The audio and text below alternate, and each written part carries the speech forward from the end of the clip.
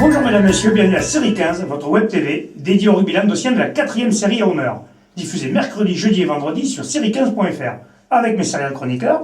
Bonjour Stéphane. Bonjour Alain. Bonjour Michel. Salut Alain. Bonjour Xavier. Salut Alain. Et bonjour Bruno. Salut.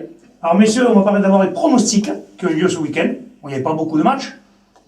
Vous n'êtes pas trop mal sortis, j'ai l'impression quand même. Vous avez tout le monde a fait à peu près le même score. Tous pareil. Non, pas tous. Je crois que j'ai perdu ma première place là. Oui, Xavier a perdu sa première place. On a fait Michel est revenu sur moi. 5 sur 6. Avec le match MRC qui a fait la différence. C'est peut-être ce match d'ailleurs qui a changé, parce que moi j'avais pronostiqué le contraire et je vois que du coup je suis derrière. Tout le monde a mis ça. Dimitri a bien marché. Oui, Dimitri il est de mieux en mieux, il a 6 points. Fidèle à son habitude. Je pense qu'il doit jouer les yeux fermés, il doit faire un concours, peut-être il n'est Il pas est au où? courant. Il vient plus. Il vient plus. On l'a Ah, il perdu. travaille, en ce moment il a beaucoup de travail. Il a fini son BTS, maintenant il passe un deuxième niveau. Allez, on va commencer par les matchs en retard, messieurs. Bruno. Donc dimanche, en deuxième série, Ouveillans-Cuxac recevait Névian.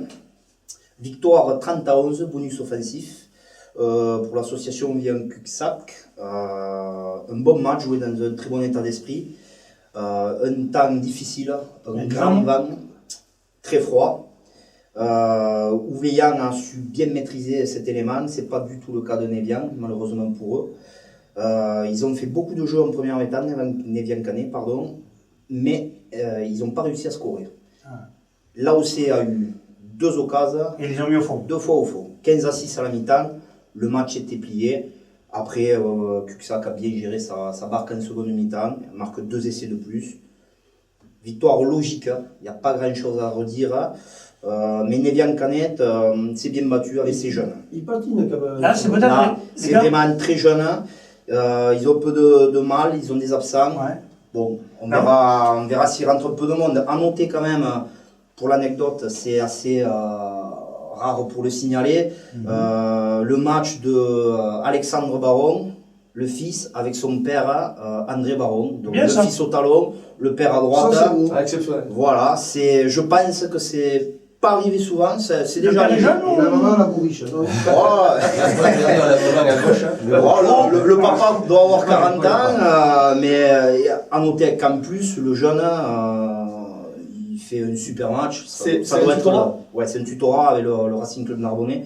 Il doit être vraiment le meilleur. Pour en revenir à ce match, c'est là qu'on s'aperçoit peut-être que Bastelica leur manque à Névian. Ouais, Il score pas. que lui, je Pas pense, que c'est lui, parce Non, mais lui surtout parce Ils qu'ils ont ont perdu devant quand même des mecs qui étaient importants, comme Marc Thibault de Canet, qui était le capitaine, un peu le meneur d'homme, de Névian, pardon, si je dis Canet, il va me reprendre. Jérémy. Et le Canet, c'est Jérémy. Fuxa en 3e ligne, Thomas Viviès, le capitaine de l'année dernière aussi, qui est encore blessé. Ils ont perdu que les pièces maîtres. Voilà. Maîtres, pardon. Est-ce qu'ils vont rentrer Ouais. Ça, je suis pas dans les petits papiers du club, mais ils ont du mal, quoi. À tous les cas, sur le match, quand même, ils ont envoyé beaucoup de jeux. Énormément. Et bon, Avec le temps qu'ils faisaient. apparemment, ils ont manqué de réalisme, mais Des deux côtés, Ouveillan avec plus de maîtrise, Ouais. a caché le ballon en première mi-temps contre le vent. Je vous dis 2 essais, un drop de Pépite Martinez en 10, là, qui fait aussi un bon match. Non, il y a pas grand-chose à dire sur cette victoire, quoi. Bon. Elle est logique et On verra par la suite. voilà. Allez, passons au match d'après. Xavier. Alors en première série ce week-end, c'était le duel des mal classés. Nissan recevait Bram. Alors le match avait été inversé car le terrain de Bram était impraticable. En première mi-temps, Nissan menait contre le vent sur le score de 14-7. Et en deuxième mi-temps, ils se sont mis à déjouer alors que voilà, ils géraient tranquille. Mais de l'indiscipline, ils se sont retrouvés à 13 contre 15. Ouais, là, c'est plus Ce compliqué. ce qui a permis à Bram de revenir dans le match. Et Bram est revenu chercher le bonus défensif sur la fin. Et le score a été de 21-14. Ça relance les deux pour une possible qualification à la 7e place. Car je crois qu'ils sont maintenant à 4 points de Mongo. C'est Mais lui. Nissan fait un bon Nissan, ouais, Nissan fait un bon retour, j'allais le dire. Ouais, Nissan c'est était un peu sur devant au 5 début. défaites de suite. Et donc, Michel l'avait vu. Michel l'avait pronostiqué. cette il a dit- victoire leur fait du bien, je pense. Ouais. T'avais Michel avait pronostiqué pronostiqué Ouais, la mais victoire Nissan à à l'extérieur. C'est vrai. À Nissan, Ouais. c'était Donc quand ça même compte pas là, parce que c'est inversé. C'est vrai que ça a été Ah oui, donc inversé. t'as perdu les 3 points. Mais hein. bon, cette équipe de Nissan, là, qui a pas mal de jeunes, hein, comme vous dites, hein, apparemment, qui ne s'est pas très bien géré avec le vent, donc qui a été plus performante contre qu'avec.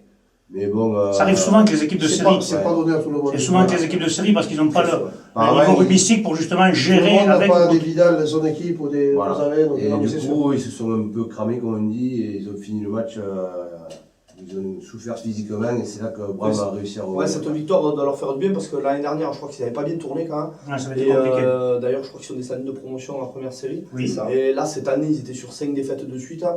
ça va leur faire du bien. Ouais, ça devait faire long. Là. Ça va leur faire du bien. Allez, maintenant on passe au match. Olonzac-Poussan, Michel. Voilà, donc ça c'est en promotion d'honneur. C'était le match qui restait à rejouer par rapport aux intempéries de la semaine dernière. Donc Olonzac recevait Poussin, une équipe de Poussin qu'on pensait un peu plus faible, qui allait avoir du mal à Olonzac. Et finalement, elle a fait une très grosse première mi-temps. Bon, il jouait avec le VAM, mais malgré tout, il menait 3-0 à la mi-temps.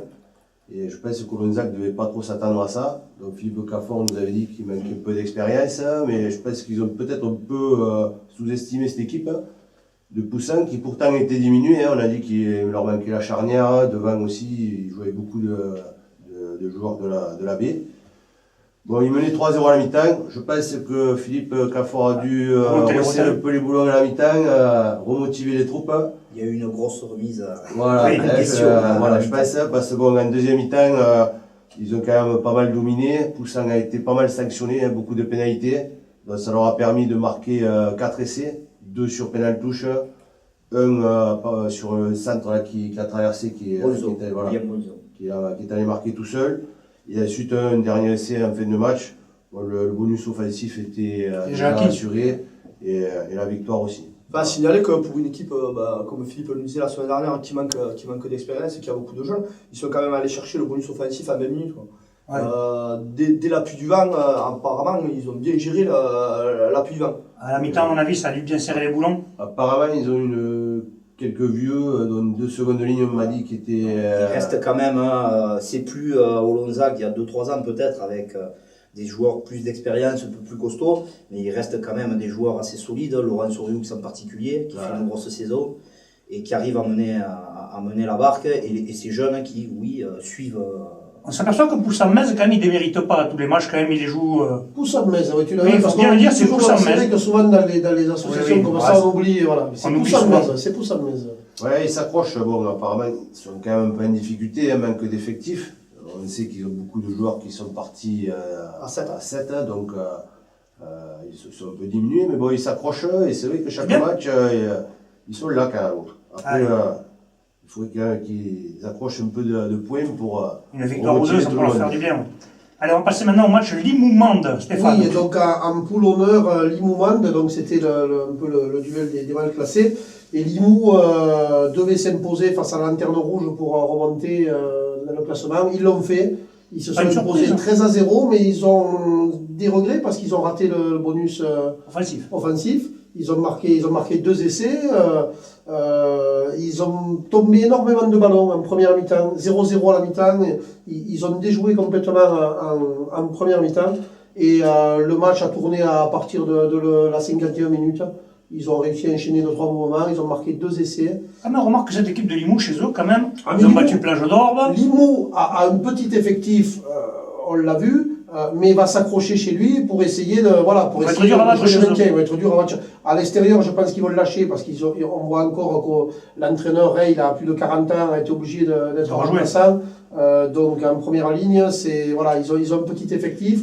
Je crois qu'ils ont pris encore un carton rouge, donc ça va, voilà.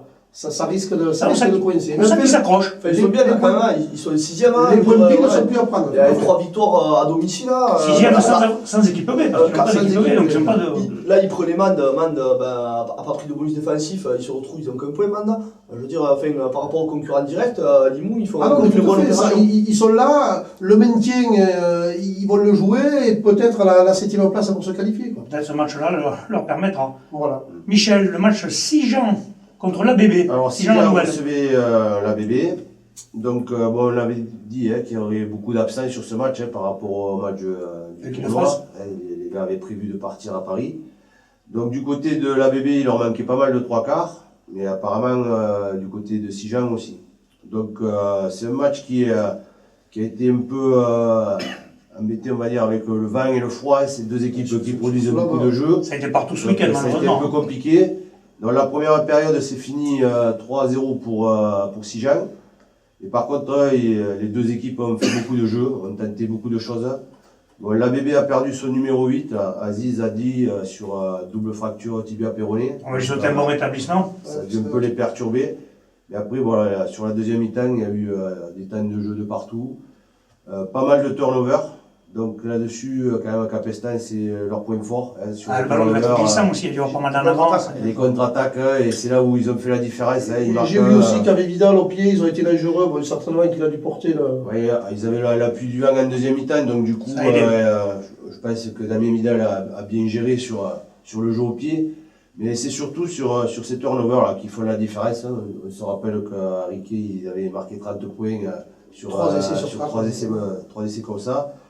Donc voilà, ils sont passés quand même devant. Ils gagnent le match assez facilement, du coup, ils se sont mis à l'aise. À noter que dans l'équipe de Capestan, il y avait 3 juniors. Donc il y avait Hugo Alonso, Elian Carayol et Antoine Robert. C'est bien, la relève est assurée. On noter quand même que la relève est là. On sait qu'ils ont un gros effectif avec la réserve. D'ailleurs, leur équipe réserve a gagné d'ailleurs. La réserve qui a gagné aussi. Sur un score. 46 à 39. Ouais, voilà. Donc parler des bonus offensifs, je ne sais pas s'ils l'ont eu, mais. Et non, il y en a pas. 46 à 29.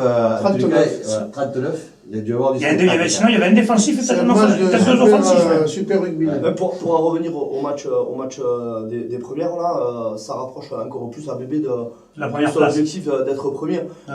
Aller gagner chez le troisième, y mettre 20 points. On l'avait pronostiqué. Enfin, moi, je l'avais pronostiqué. Ah ouais, on s'en doutait. Enfin, moi aussi. On le pensait. Maintenant, est-ce que. À part Bruno qui avait dit non, moi, si j'ai la nouvelle. Il faut le faire. C'est pour ça que je ne joue pas encore au pronostic. Moi, j'ai vu les deux sportivement, ils ont joué contre nous. Pour moi, il y avait vraiment il y avait 2 places d'écart. Il y avait un point d'écart. Si Jean marque l'essai dans les arrêts de jeu, à la sortie, il y avait 1 à 3. Enfin, oui, on sent que la BB est quand même un effectif tellement riche en B, en première. 6 victoires, qualifié pour la finale du Dakar, un demi de la coupe. Damien Minalandis et Montagu au centre. Je pense qu'on peut parler peut-être. Il y a des jeunes derrière qui en plus qui ont des canaux aussi. Pour avoir vu Cyril, on sait qu'ils ont du monde aux entraînements et ça travaille. Comparé à d'autres équipes qui ne sont pas nombreuses aux entraînements, certainement que ça doit y jouer. Une grosse équipe junior aussi qui tourne bien. Oui, ça pousse derrière. C'est un très bon club de rugby quoi. Au niveau régional, je pense que normalement, ils ne seront pas loin. Cette année, ils sont pas loin. Allez, on va parler du dernier match maintenant. Oui, donc à Bédarieux, il n'y a pas eu de surprise puisque l'Aviron Gruissanais s'est imposé 27 à 20. Les deux équipes d'ailleurs, même la plus facilement que le score ne l'indique. La réserve aussi a gagné. La réserve a gagné. Donc, voilà, Gruissan solide sur les bases, 2 essais en première mi-temps sur deux groupés pénétrants. Voilà, le match était plié, 20 à 6 à la mi-temps. Voilà, Bédarieux a pu opposer que son courage. Ils sont revenus un peu dans le score, et puis après, Gruissan à la fin a remis la main sur le ballon. Voilà. C'est pas une surprise. Et un dernier essai, anecdotique pour Bédarieux, qui arrache donc quand même un point. En marquant à la fin, ils prennent un point qui peut compter. À la fin, ça compte. Bédarieux, là, quand même, en 10 jours, là, ils ont perdu 2 fois à domicile, hein, ça doit commencer. Tout à fait. Ils ont battu Plage d'Or avant, donc c'est vrai qu'ils avaient une série de 3 matchs à domicile. Ils n'avaient pas encore rencontré les grosses équipes. Voilà, mais enfin bon, c'est encourageant, je veux dire, chez eux, ils vont en accrocher d'autres, c'est certain. Ils en gagneront. Voilà. Là, on parle des 2 hommes, Capestan et Gruissan. Ils sont au rendez-vous. Gruissan, on le verra, est second, a un match en retard à jouer à Mende. Ça ne sera pas facile, même faire Mende d'y aller le 4 janvier, même fait, il y a de la marge. Oui. Donc là, s'ils jouent la première place, ils iront faire l'effort. Voilà, donc, on en parlera dans la 3e émission. Les deux seront là, les deux seront là, à mon avis. Parfait. Bon, ben messieurs, je vous remercie. On se retrouve demain avec un invité, comme tous les jeudis. Transpirez bien sur tous les terrains. Allez, au revoir.